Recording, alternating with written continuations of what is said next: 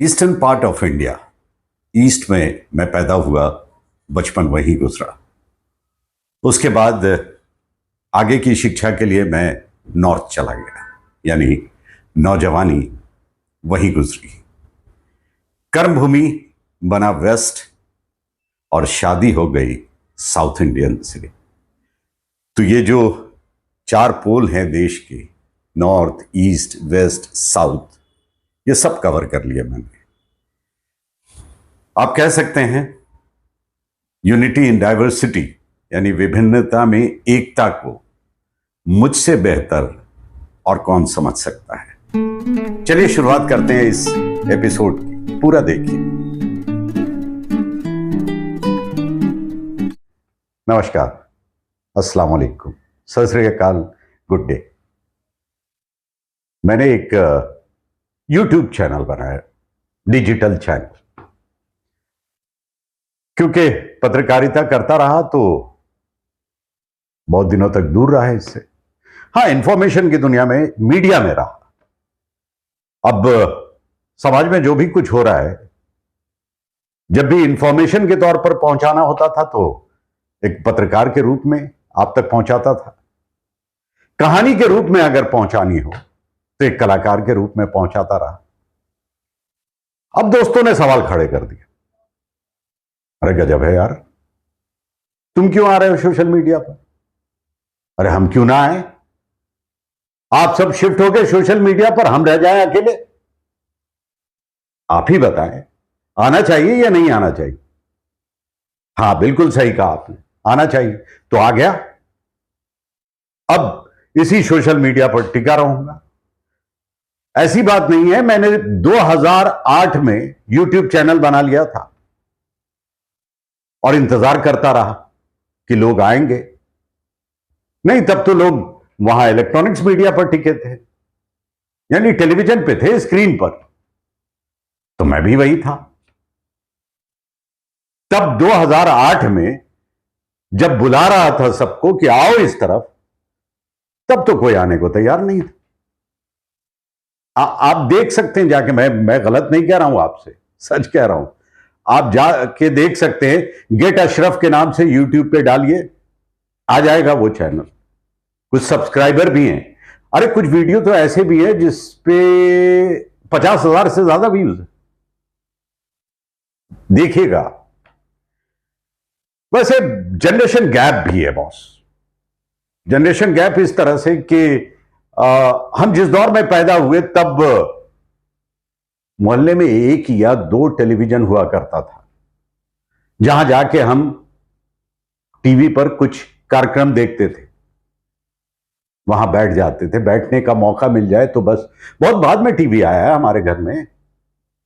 TV तो छोड़िए, आज की तारीख में जो बच्चे हर वक्त सोने से पहले मोबाइल पर होते हैं और जैसे जागते हैं आंख खुलने से पहले ही बिस्तर पर हाथ मारते रहते हैं कि मेरा मोबाइल कहां है, और आंख खुलती है तो सीधे मोबाइल पर।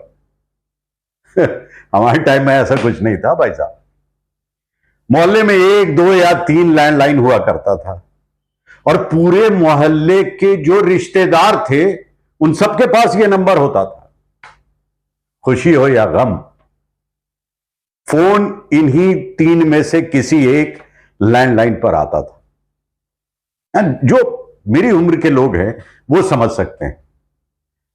अच्छा, जनरेशन गैप उतना नहीं है जितना हमारे टाइम में था, क्योंकि हमने वो भी देखा है और आज हम खुद भी हाथ में मोबाइल लिए फिरते हैं। हम भी सोने से पहले लगे रहते हैं उस पर, और जागते ही बिस्तर पर हाथ मारकर टटोल कर ढूंढते रहते हैं कि कहां गया मोबाइल, कोई मिस कॉल तो नहीं है। तो हमने दोनों देखा है। हाँ, हमसे पहले वाले जनरेशन के लोग, जब हमारा बचपन था तो गैप था हमारे बीच में। तो सोशल मीडिया या डिजिटल कह लें, सब कुछ तो डिजिटल ही हो गया है। आज कोई जेब में पैसा लेके नहीं घूमता, किसी के वॉलेट में पैसे नहीं होते आज के तारीख में, मेरे भी नहीं होते।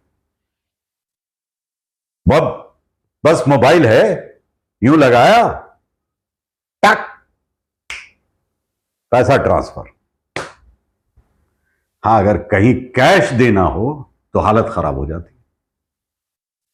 और नई जनरेशन, उन्हें तो मतलब ही नहीं कैश से, बैंक का मुंह नहीं देखा होगा उन्होंने, बस यहां देख लिया, सैलरी आ गई, पैसे आ गए, टक टक टक टक, सारे काम हो गए।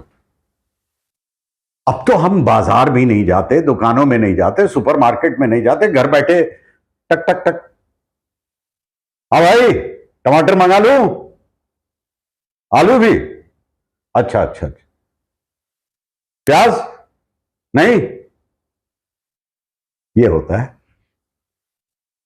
हाँ हाँ आ रहा है, 10 मिनट में आ जाएगा, बता रहा है, इसमें लोकेशन भी बता रहा है कहां तक पहुंचा है, आ गया बिल्डिंग के नीचे। ये हो रहा है साहब, सही या गलत? अब कल की ही बात ले लीजिए, मैं रिकॉर्ड करना चाह रहा था कि कुछ रिकॉर्ड करूं, तो बड़ा शांत सा माहौल बनाया बैठे एंकरिंग के लिए, बच्चों से कह दिया खामोश, चुप हो जाओ। बच्चे भी कहने लगे अरे ये क्या है, अरे आप इतने फॉर्मल क्यों हो रहे हैं, कैजुअल रहिए, कीजिए एंकरिंग, अरे आवाज आ जाएगी। तो क्या हुआ, अरे नेचुरल है।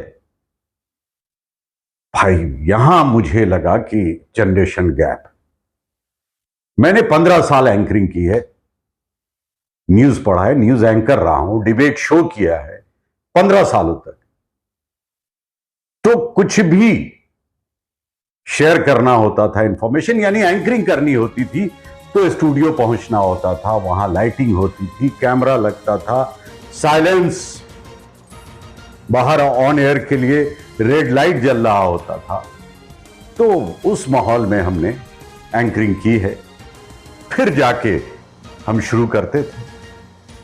अब अभी के जनरेशन जहां खड़े सड़क से ही कर लिया, ट्रेन पे चलते चलते कर लिया, कहीं बैठ के पार्क में कर लिया, ये सहूलत है उनके पास, हमारे पास नहीं था और हमें आदत भी नहीं पड़ी, लेकिन अब आदत डाल रहा हूं, धीरे धीरे कोशिश कर रहा हूं कि आदत डालूं। ये देखिए अभी अभी कर रहा हूं, कैजुअल होने की कोशिश कर रहा हूं, हालांकि अभी भी थोड़ा सा वो जनरेशन गैप रहेगा भाई साहब, यानी अपनी बात पहुंचाने के लिए, इंफॉर्मेशन पहुंचाने के लिए स्टूडियो जाना पड़ता था, या फिर अगर एक कलाकार के रूप में काम कर रहा हूं तो कहानी बताने के लिए, कहानी आप तक पहुंचाने के लिए सेट पे जाना होता था, साइलेंस, एक्शन, शूट शुरू। अच्छा, कंफ्यूज तो नहीं हो रहे हैं आप कि मैं ये सारी बातें क्यों कर रहा हूं आपसे, और मैं चलिए इंट्रोडक्शन दे दूं, लंबा समय हो गया।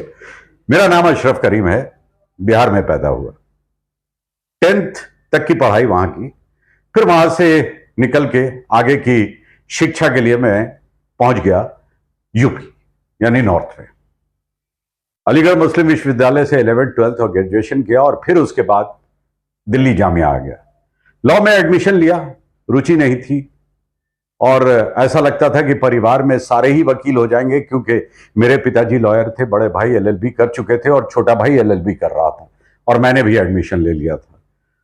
तो एक ही घर से 4 लोग काला कोट पहन के एक साथ निकलेंगे तो कैसा लगेगा, यह सोचते ही बड़ा अजीब सा लगा मुझे, हालांकि लगना नहीं चाहिए, इसमें बुरी बात क्या, लेकिन लगा मुझे। मैं फौरन भाग आया वेस्ट, मुंबई, कि मुझे तो मीडिया में ही काम करना है। ठीक है साहब, वेस्ट में आ गया, मुंबई में मैंने वीडियो एडिटर के रूप में काम की शुरुआत की। शुरुआती दौर के मूवर्स एंड शेकर्स, अगर आपको याद हो, सोनी टीवी पे आता था, दूरदर्शन पे एक शो आता था करामाती, कुछ टेलीफिल्म्स भी थी, तो एज ए वीडियो एडिटर मैंने काम किया। फिर इसी बीच मैंने पढ़ाई की कॉरेस्पॉन्डेंस से, और मास कम्युनिकेशन एंड जर्नलिज्म में मैंने पोस्ट ग्रेजुएशन किया, फिर चला गया पत्रकारिता की तरफ, इलेक्ट्रॉनिक्स मीडिया में गया। सहारा समय न्यूज चैनल लॉन्च होने वाला था, मैंने वहां ज्वाइन कर लिया। फील्ड रिपोर्टिंग की, फिर न्यूज एंकरिंग की, डिबेट शोज किए, धीरे धीरे तरक्की पाते पाते ब्यूरो चीफ बना। ब्यूरो चीफ से फिर सहारा समय मुंबई यानी महाराष्ट्र गुजरात का चैनल हेड बना। एक शो मैं करता था 2004 से उसकी शुरुआत हुई थी। मेरी उम्र के जो लोग हैं उन्हें याद होगा। वैसे चैनल तो था महाराष्ट्र का, लेकिन सैटेलाइट के थ्रू सारी दुनिया में लोग देखते थे। खबरें मुंबई। खबरें मुंबई बहुत ही मशहूर था और बहुत बड़ा शो था। वो पहली बार कोई ऐसा शो था जो लाइव होता था लोकेशन से, 1 घंटे का बुलेटिन, और लोकल किसी न किसी समस्या के साथ वहां के लोकल लोगों के साथ खड़ा होता था। वहां के जो पार्षद, विधायक और सांसद वो भी साथ होते थे, अधिकारी भी साथ में होते थे। वही समस्या का समाधान कर दिया जाता था। बहुत पॉपुलर था वो शो। बहुत सारे पुराने जो पॉलिटिशियन हैं जो आज ऊंची ऊंची पदों पर विराजमान हैं, वो सब आया करते थे खबरें मुंबई।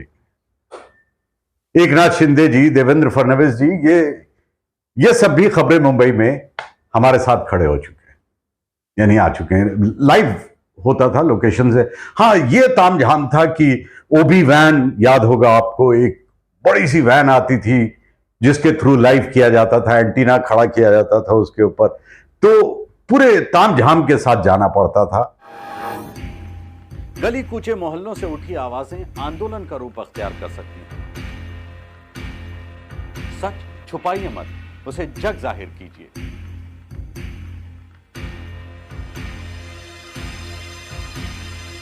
आप दीजिए हमें आवाज, हम आएंगे आपके पास। समस्याएं आपकी, आवाज हमारी। देखिए खबरें मुंबई हमारे साथ।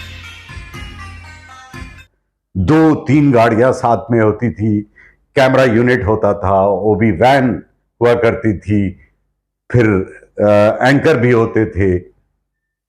तो ये मैंने किया। इसके अलावा और भी बहुत कुछ किया। फिर 2015 के बाद मैं शिफ्ट हो गया, कहानी के रूप में चीजें आप तक पहुंचाने लगा। मतलब कहानी का पात्र कलाकार रहा, तो कई सारे सीरियल्स मैंने कर डाले। एक सीरियल शायद आपको याद होगा, उसका किरदार भी याद होगा। निमकी मुखिया देखा है आपने? बहुत मशहूर हुआ ये सीरियल। मेरे ख्याल से 2017 में इसकी शुरुआत हुई और कोविड फर्स्ट लॉकडाउन तक वो शो चला, निमकी मुखिया।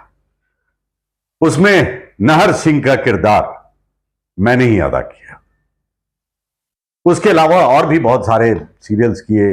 नागिन किया, नागमणि किया, धर्मपत्नी, इस मोड़ से जाते हैं, और भी बहुत सारे हैं। तो ये सारा सफर रहा। तो मैं ये कह रहा था कि पैदा हुआ ईस्ट में, बिहार में, पला बढ़ा, नौजवानी काटी हमने नॉर्थ में यानी अलीगढ़ और दिल्ली में। कर्म भूमि बनी ये महाराष्ट्र, मुंबई, वेस्ट, और शादी हो गई साउथ इंडियन से। तो ये जो देश का 4 पोल है ना, चारों पोल मजबूती से पकड़ लिया मैंने। वो कहते हैं ना, यूनिटी इन डाइवर्सिटी, विभिन्नता में एकता। अरे मुझसे बेहतर कौन जान सकता है। चलिए, अब अपील करनी थी आपसे, वो कर लेता हूं। भाई देखिए, मैं भी आ गया हूं डिजिटल मीडिया पर, एक चैनल की शुरुआत की। आपका साथ चाहिए मुझे। आप साथ होंगे तो मजा आएगा, खूब मजे करें। खबरें भी आप तक पहुंचाऊंगा, एंटरटेनमेंट भी होगा। वो सारी चीजें होंगी, डिस्कशन भी होगा, हम साथ लाइव बैठेंगे भी, आपसे बातचीत भी करेंगे। लेकिन उसके लिए आप अगर सब्सक्राइब कर ले मेरा चैनल तो शुक्रिया तो अदा करूंगा ही आपका, धन्यवाद तो कहूंगा ही, लेकिन खुशी इस बात की होगी कि मेरी आदत रही है लोगों के साथ रहना, तो हम आपके साथ रहें, भले आपके जेब में ही हो, लेकिन होंगे तो आपके साथ। तो फटाफट सब्सक्राइब करें और बेल आइकन दबा दें। उससे क्या होगा कि मैंने इधर अपलोड किया और उधर आपके पास पहुंचा, फिर होगी हमारी और आपकी मुलाकात। इस वक्त दीजिए इजाजत, लेकिन आपसे रूबरू होता रहूंगा लगातार, मुस्तकिल। Bye bye.